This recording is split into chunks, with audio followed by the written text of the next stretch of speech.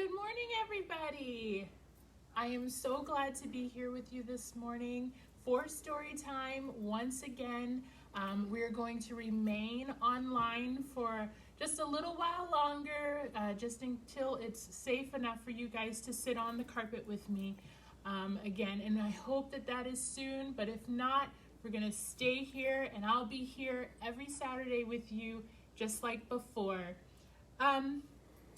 Well, let's get started. Welcome to Storytime at our store.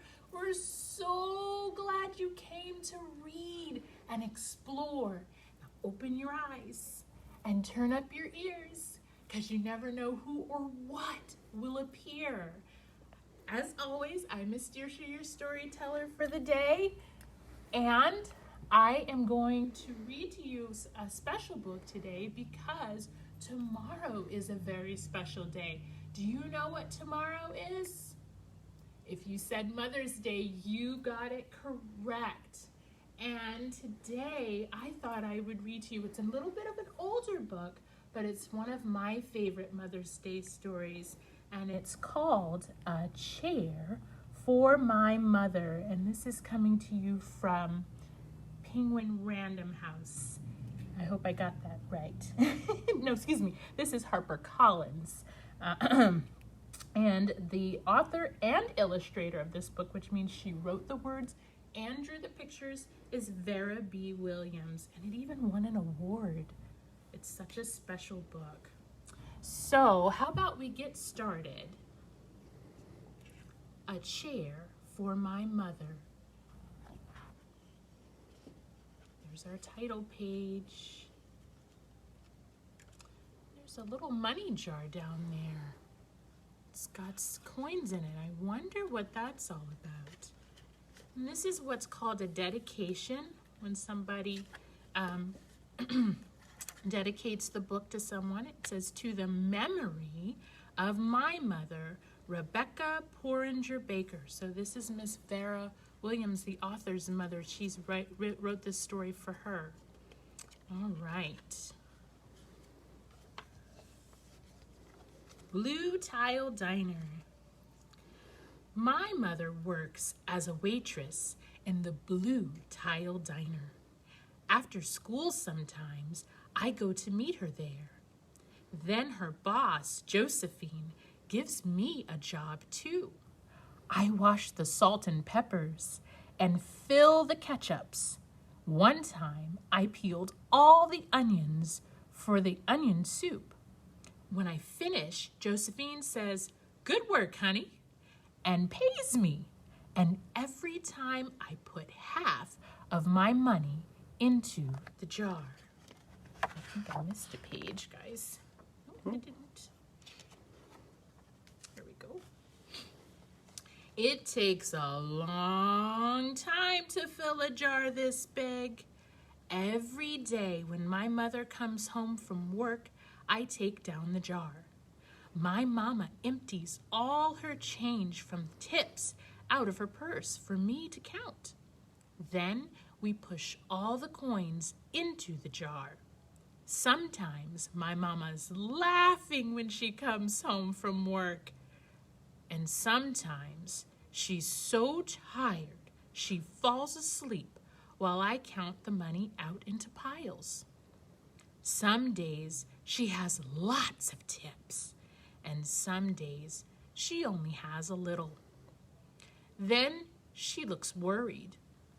But each evening, every single shiny coin goes into the jar. There's Mama asleep. We sit in the kitchen to count tips. Usually, Grandma sits with us too. And while we count, she likes to hum. Often, she has money in her old leather wallet for us.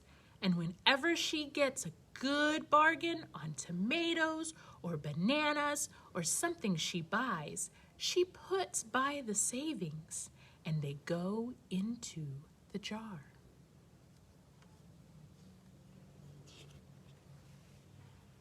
Ooh, look at that. Isn't that a pretty chair? When we can't get a single other coin into the jar, we are going to take out all the money and go and buy a chair. Yes, a chair. A wonderful, beautiful, fat, soft armchair. We will get one covered in velvet with roses all over it. And we are going to get the best chair in the whole world. That is because our old chair burned up. There was a big fire in our other house. All our chairs burned, and so did our sofa, and so did everything else. That wasn't such a long time ago.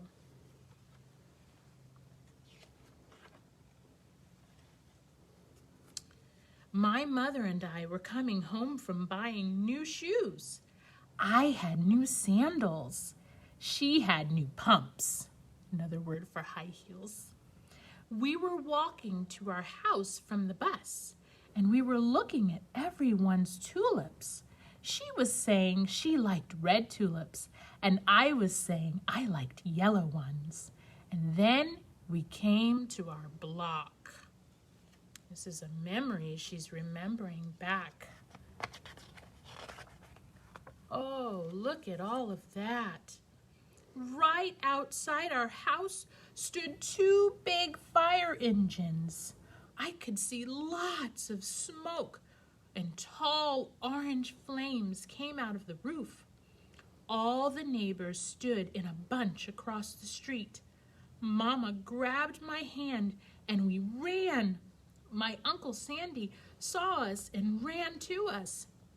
Mama yelled, "Where's Mother?" I yelled, "Where's my grandma?"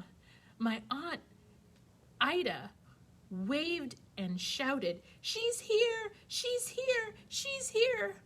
"Okay, don't worry, she's okay."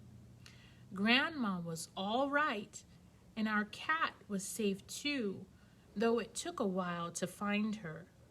But everything else in our whole house was spoiled. Oh.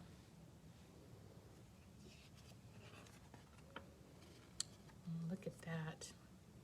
What was left of the house was turned to charcoal and ashes. Have you guys ever had a fire before? It's kind of sad when everything burns up that you love. We went to stay with my mother's sister, Aunt Ida, and Uncle Sandy. Then we were able to move into the apartment downstairs. We painted the walls yellow. The floors were all shiny, but the rooms were very empty.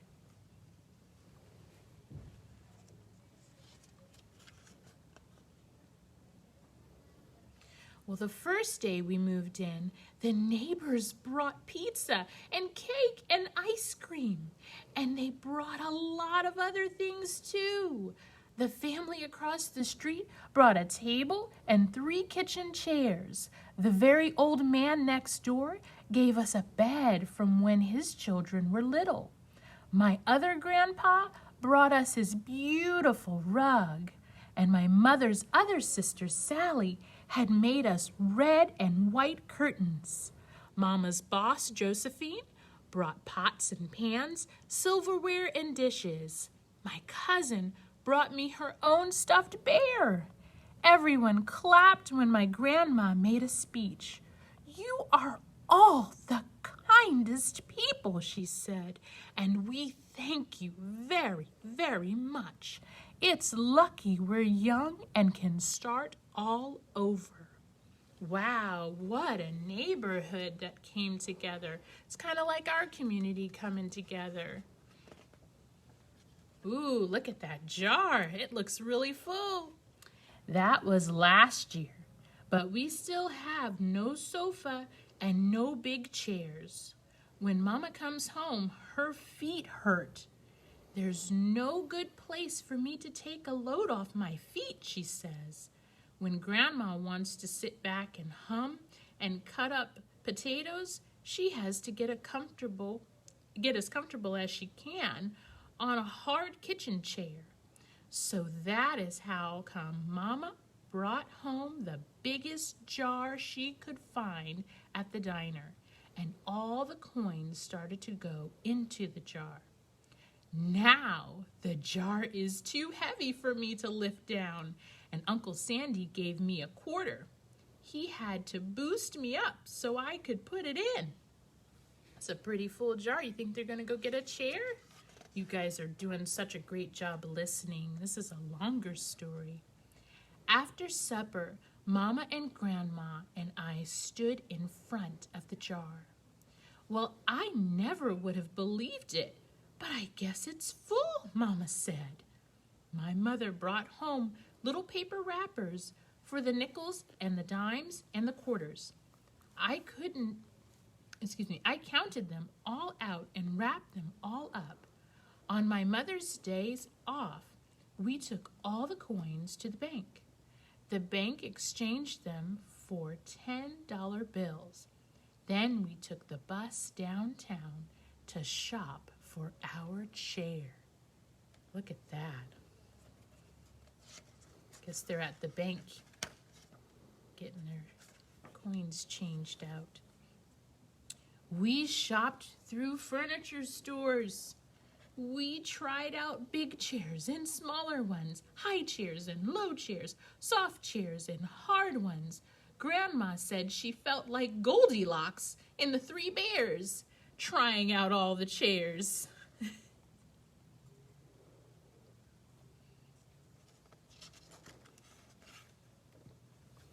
Finally, we found the chair we were all dreaming of. And the money in the jar was enough to pay for it. We called Aunt Ida and Uncle Sandy, and they came right down in their pickup truck to drive the chair home for us. They knew we couldn't wait for it to be delivered.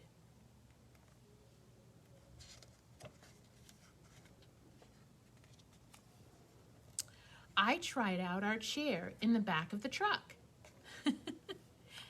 Mama wouldn't let me sit there while we drove. That's not safe. But they let me sit in it while they carried it up to the door. Must have been a fun ride. Oh, look at that beautiful chair. We set the chair right beside the window with the red and white curtains. Grandma and Mama and I all sat in it while Aunt Ida took our picture. Now Grandma sits in it and talks with people going by in the daytime. Mama sits down and watches the news on TV when she comes home from her job. After supper, I sit with her and she can reach right up and turn out the light if I fall asleep in her lap. Look at that. The end. Did you guys like that story? I love that story, and I love that they worked together as a family to get the chair for Mom and for themselves, right? Is there something special that you want to give your mother for Mother's Day? Well, I thought I would help out with that just a little bit. So, I have created a card that's kind of like a storybook. And it says, The Story of My Mom. And what you're going to do is print it off, and you can draw a picture of Mom or paste a picture of her. And since you're the author of this story, you get to write your name on the line that says bye. And then on the inside, it's kind of a little story of your own. And it says, this is the story of my mom. And you fill in the blanks. My mom is what? Gentle and kind, maybe? Her hair color and her eyes. And you can fill out all those little pieces, and you can give this card to your mom for Mother's Day. If you're a little older, you can even cut the pieces apart and just put them on a piece of construction paper, a really pretty piece of paper like this. Okay? So use your imaginations as you always do and make a really nice card for Mom. Remember that it is still Children's Book Week. I know that it's probably been hard to find the event. You just go to our Facebook page, click on events, click on Children's Book Week, and hit discussions, because that's where all the posts are that I've been putting up all week long. And I'll probably try to extend that so you guys can continue to do the activities even throughout this next week. And if you drop by our store, we're doing limited shopping, but I've got little goodie bags for all of you as well. So if you want to drop in and pick one of those up, I'd love for you to come and get them as well. It was so nice to be able to read to you guys once again, and I will see you next week with another story. Bye-bye.